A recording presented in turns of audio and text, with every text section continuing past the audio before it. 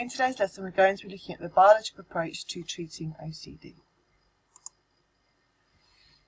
We use drug therapy to treat OCD. Now, a drug therapy is any treatment where chemicals are used that affect the functioning of our brain or some part of our bodily system. In the case of mental disorders, it's normally that it affects the neurotransmitters. So these are the hormones that cross the synaptic cleft that allow signals to be sent along the neurons. So the drug will either aim to increase or decrease the neurotransmitter levels in the brain, or increase or decrease their activity. If you can remember from last lesson, what neurotransmitter has been associated with OCD? Well, if you remember, it was serotonin. So what does the drug do? It actually helps to increase the levels of serotonin. The drug that we're looking at is an SSRI.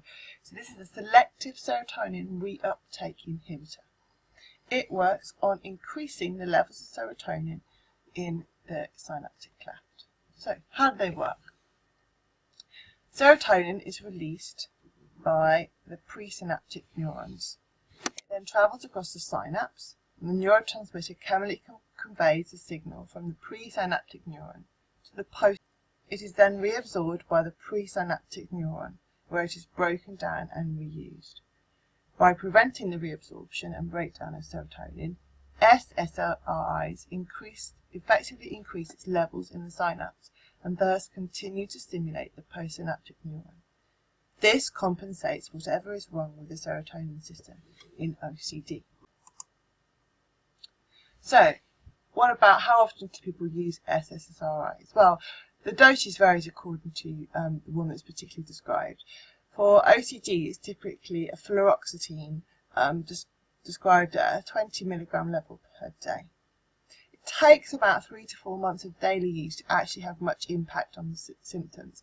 So people will sometimes they may actually stop taking the drug because they think it's having no effect. So don't wait long enough, and it really does take about 3 to 4 months to actually have an effect on how you're feeling. The best way of actually treating OCD, however, is combining it with other treatments. Drugs are often used alongside cognitive behavioural therapy, CBTs. The drugs reduce the emotional symptoms such as feeling anxious and depressed, and this means that the patient can engage more effectively with CBT. In practice, some patients actually respond better to CBT or drugs alone, but normally they actually work best together. So what alternatives are there to SSRIs? Well, after 3 to 4 months, and if the dosage has been increased up to 60 milligrams, there's been no improvement. Then a different type of drug called a triglyceric is used, for example, cloprenamine. This works in the same way as an SSRIs, but with more side effects. Another drug that's often used is an SNRI, a serotonin noradrenaline reuptake inhibitor. This increases by serotonin and noradrenaline levels. So, evaluation in terms of how good is drugs at treating OCD. Well, drug therapy is effective at tackling OCD symptoms. So, Samora et al. In 2009 did a meta-analysis and found that SSRIs did significantly better than a placebo. But a placebo is basically a sugar pill, so the people think they're taking the drug when they're actually not. This is great because there are a lot of drugs that actually don't do much better than a placebo. So, on top of this, the effectiveness is greatest when combined with CBT. Drugs are cost-effective and non-disruptive to someone's lifestyle. You know, if they were having to do CBT, they would have to be going every week or every 2 weeks to fit in an appointment with a therapist, and this would take up their time, whereas a pill is just popping a pill every morning. They are also much cheaper than CBT, as you don't have to pay for a therapist.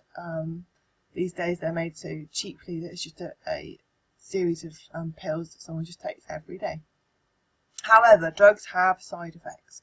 For example, SSRIs give you tummy problems, blurred vision, loss of sex drive, weight gain, and these are just a few.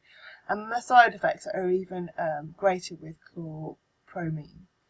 And it really has to be a consideration for the person taking the drug whether the side effects are actually worse than the problem itself. There is also unreliable evidence for drugs.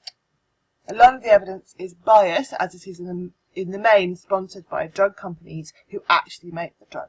So we can never be 100% sure how brilliant the actual drugs are.